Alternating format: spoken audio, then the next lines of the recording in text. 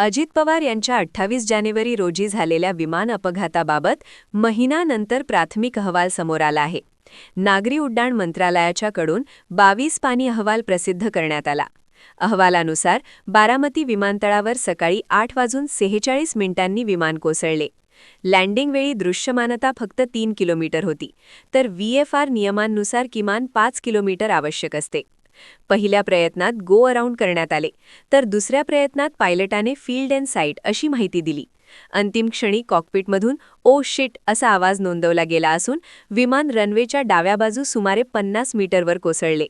बारामती हे अनियंत्रित एअरफील्ड असून रनवे मार्किंग फिकट, सैल खडी, विंडसॉक नसणे आणि संरक्षक भिंत अपुरी अशा त्रुटी आढळल्याचा ठपका अहवालात ठेवण्यात आला आहे. दोन्ही फ्लाईट रेकॉर्डर्समधील डेटा पुनर्प्राप्त करण्यात आला असून पायलटांनी उड्डाणापूर्वी मद्यपान केले नव्हते असे स्पष्ट करण्यात आले आहे.